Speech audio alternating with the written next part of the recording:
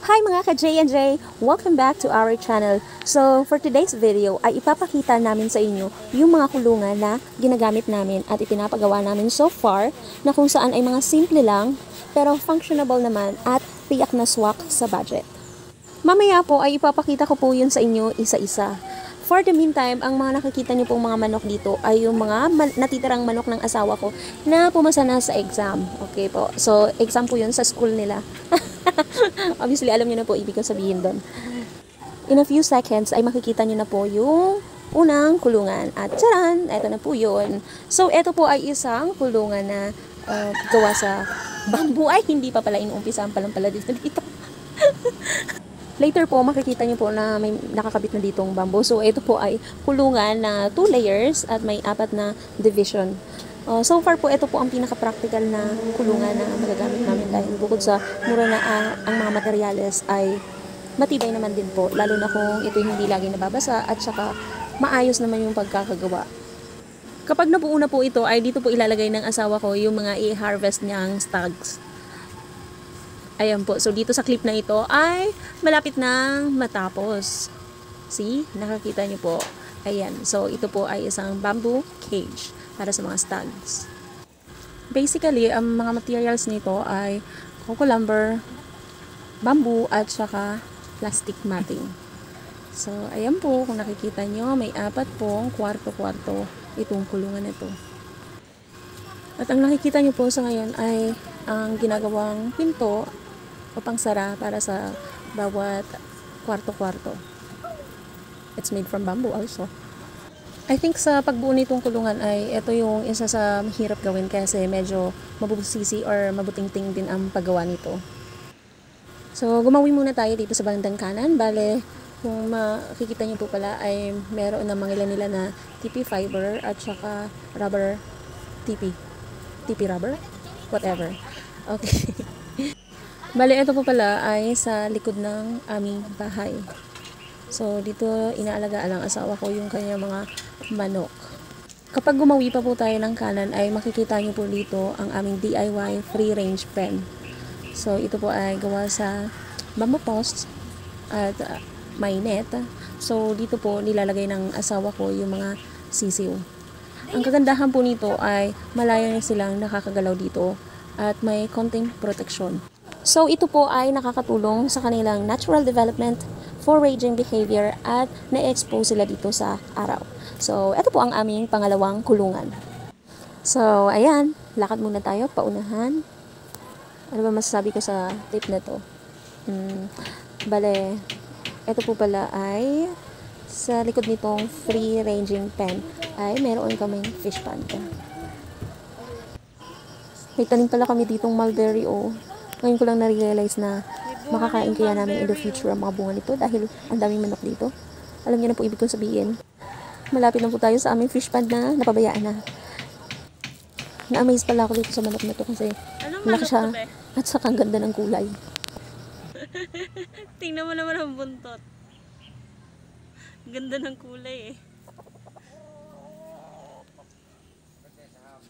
Yung asawa ko po pala ay nasa labahan namin.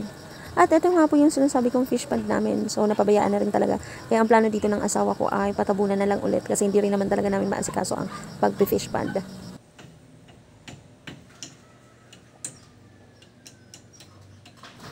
At ito nga po yung mangilan-ngilan naming TP fiber cement. So, konti pa lang po yan. Kailan po kaya ito dadami? Hopefully soon. Well, wala pa sa mga mangarap.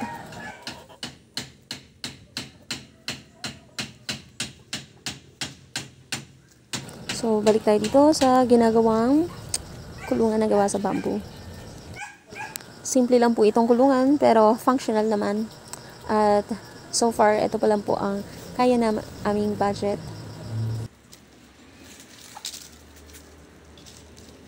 Step by step or little by little ay ginagawa naman namin ang best namin para sa mga alaga naming mga manok.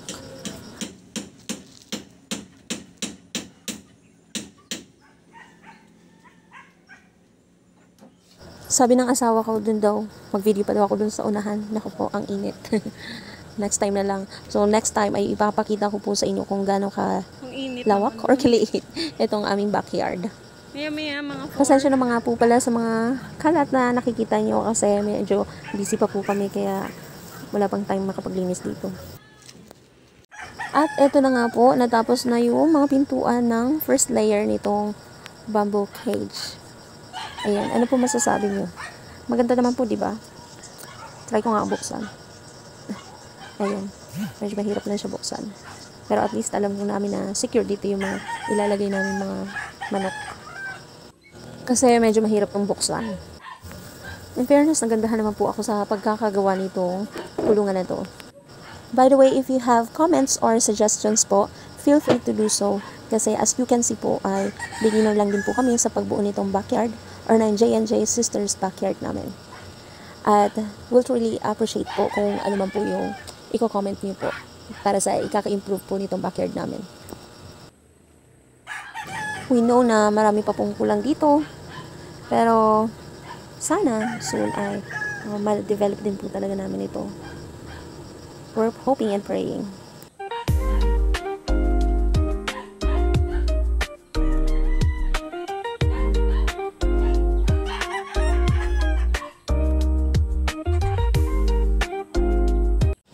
At dito nga po sa part na to ay katulong po ng asawa ko, yung panganay naming anak, sa pagbuo nitong TP fiber cement. Ayan, so usually po talaga yung dalawa naming anak ang katulong niya, ang assistants niya. Either sa pagpapakain, pagpapaligo ng mga manok, sila po talaga ang katuwang niya. Sila po pala yung J&J Sisters. At ang nagbi-video po pala dito ay yung bunso naming anak.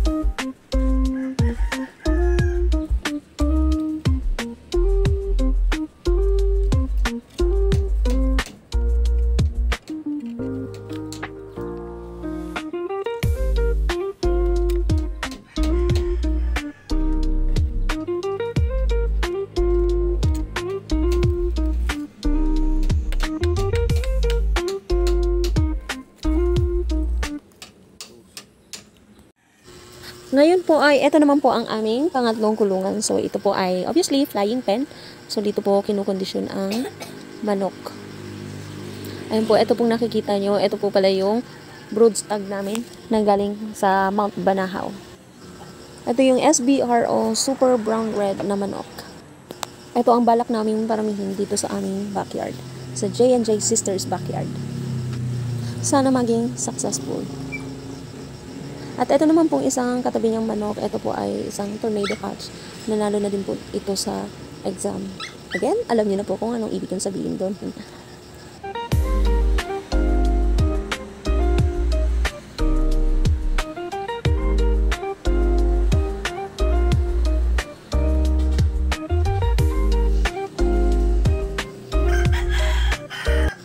At ito naman po pala ang aming keeping pen. So, dito po nilalagay ng asawa ko yung mga manok na sasabak sa exam. At ito naman po ang aming breeding pen. So, ito po yung last na ipapakita ko po sa inyo. So, ayan mga ka-J&J, iyan muna ang aming mga simple pero mga functional na kulungan. Hanggang sa muli po, paalam! Please like and subscribe!